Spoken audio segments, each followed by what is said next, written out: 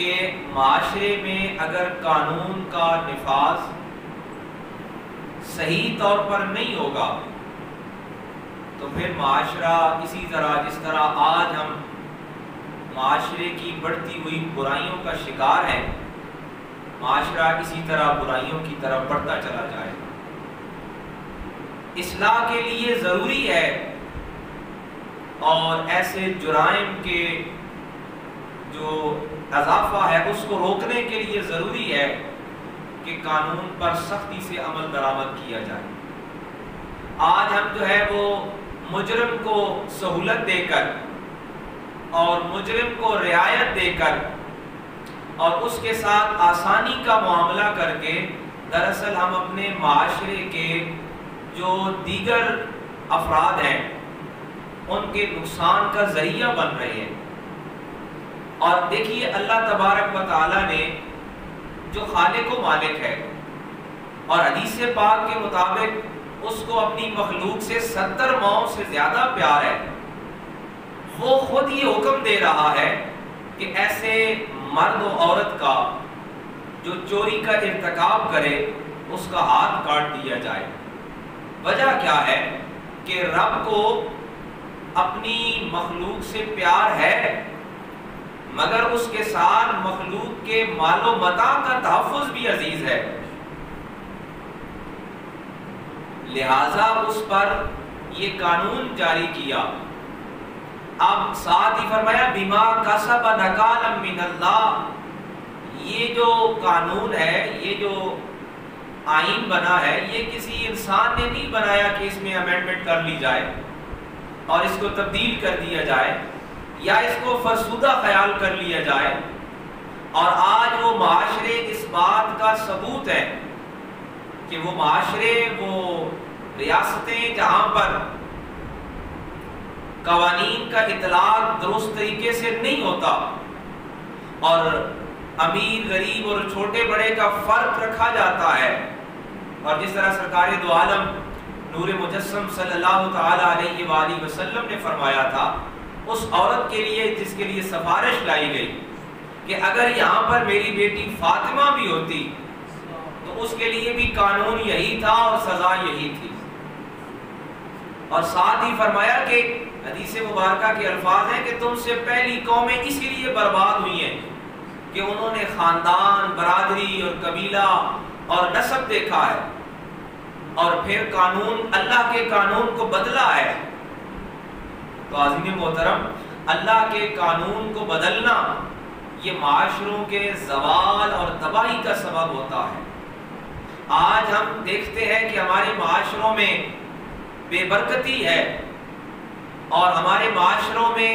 عدم برداشت ہے، اور ہر گھر میں ہر جگہ پہ ہم یہ رونا روتے ہیں کہ ہمارے ہاں اب برکت نہیں ہے، ہمارے ہاں اب سکون نہیں ہے۔ سبب کیا ہے کہ ہم اللہ کے آئین کو، اچھا اس میں اب جو فقہی مسئلہ ہے وہ یہ ہے کہ چوری، امام ابو حنیفہ فرماتے ہیں اس کی تشریح میں کہ چوری جب چوری کی جاتی ہے تو اس وقت جب تک وہ عدالت میں نہ جائے، اس پہ مقدمہ نہ کرے، تو وہ حق العبد ہے، یعنی اللہ کے بندوں کے حقوق میں سے ہے۔ لیکن جب اس پر مقدمہ دائر ہو جاتا ہے اس کے بعد وہ حق اللہ ہے، اب اس کی معافی نہیں ہے۔ قتل جو ہے، قتل مقدمہ دائر ہو یا نہ مقدمہ ہو، اسلامی شرعی قانون کے مطابق وہ حق العبد ہے۔ کسی بھی وقت، حتیٰ کہ جب تک عدالت فیصلہ سنا دیتی ہے قاتل کو سزا کی، اس کے بعد بھی ورثاء اس کو معاف کرنے کا اور مقتول جو ہے وہ معافی لینے کا حق رکھتا ہے، اور ورثاء اس کو معاف کر سکتے ہیں، مقتول کے جو ورثاء ہیں، اور قاتل جو ہے وہ معافی کی اپیل کر سکتا ہے۔ لیکن چوری کے بارے میں امام ابو حنیفہ کا جو فتویٰ ہے وہ فرماتے ہیں کہ یہ جب تک مقدمہ دائر نہ ہو، جو جس کی چوری ہوئی ہے وہ اگر اس کے بارے میں ریاست سے، عدالت سے رجوع نہیں کرتا تو یہ حق العبد ہے، بندہ اس کو کبھی معاف کرا سکتا ہے اور معاف کیا جا سکتا ہے۔ جو مجرم ہے وہ معاف کرا سکتا ہے اور جس کی چوری ہوئی ہے وہ معاف کر سکتا ہے، لیکن جب مقدمہ درج ہو جائے اس کے بعد شرعی اعتبار سے وہ حق العبد نہیں، وہ حق اللہ ہے، اب اس کو معافی نہیں مل سکتی ہے، اب اس پہ قانون نافذ ہوگا، اب اس پہ شرعی حد جاری ہوگی، اور یہ اللہ کی حدود ہیں۔ آج ہمارے معاشروں میں زوال اور پستی اور تباہی ہر اعتبار سے، اخلاقی، معاشی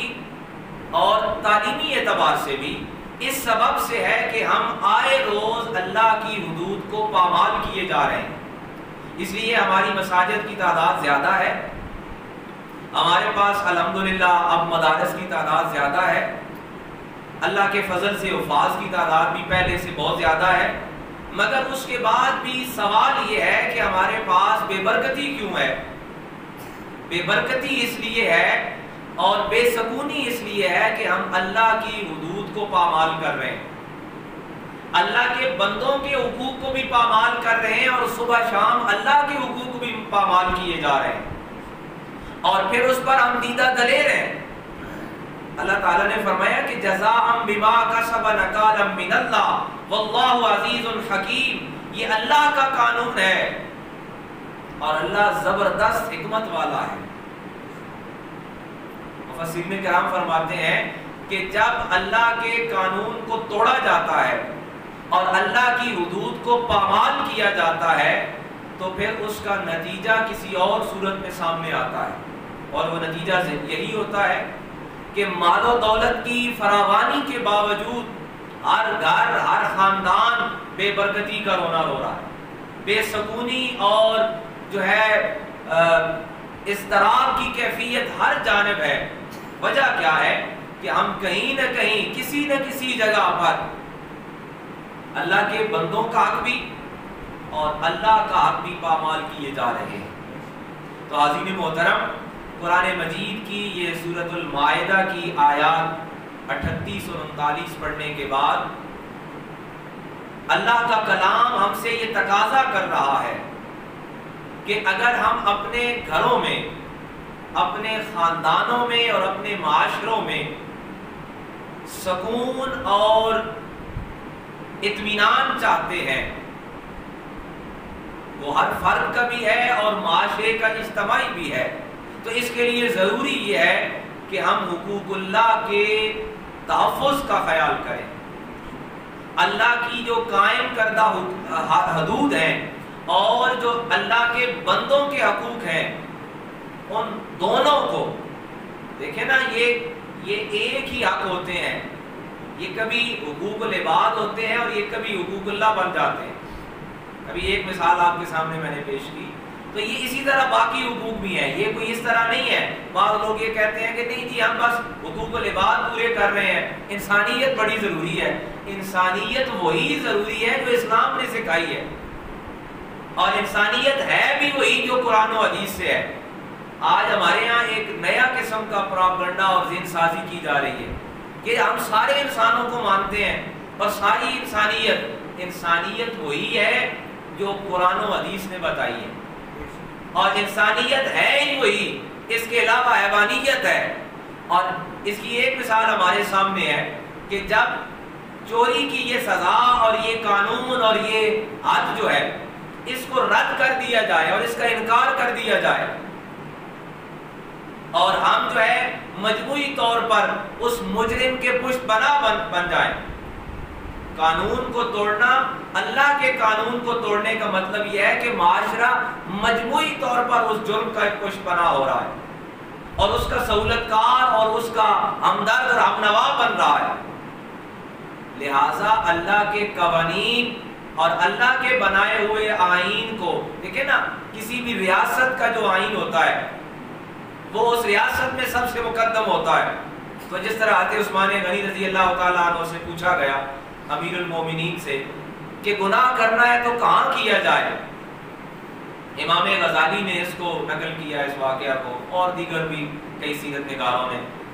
کہ گناہ کرنا ہے۔ ایک شخص نے پوچھا، آپ نے فرمایا گناہ کر لو۔ اس نے کہا جی مجھے گناہ کی اجازت ہونی چاہیے، میں کوئی چھوٹا سا گناہ تو کر لوں۔ انہوں نے کہا ٹھیک ہے گناہ کر لو، بس اس کے لیے 3 شرائط ہیں۔ ایک یہ جہاں پہ اللہ نہ دیکھے وہاں گناہ کر لے، دوسری شرط یہ ہے کہ جہاں اس کی پکڑ نہ ہو وہاں گناہ کر لے، اور تیسرا اس کی ریاست سے باہر نکل کے اس کا جو ہے نا تو گناہ کر سکتا ہے۔ اب یہ تینوں شرائط کہاں پوری ہو سکتی ہیں کہ جہاں وہ الہ نہ دیکھ سکے،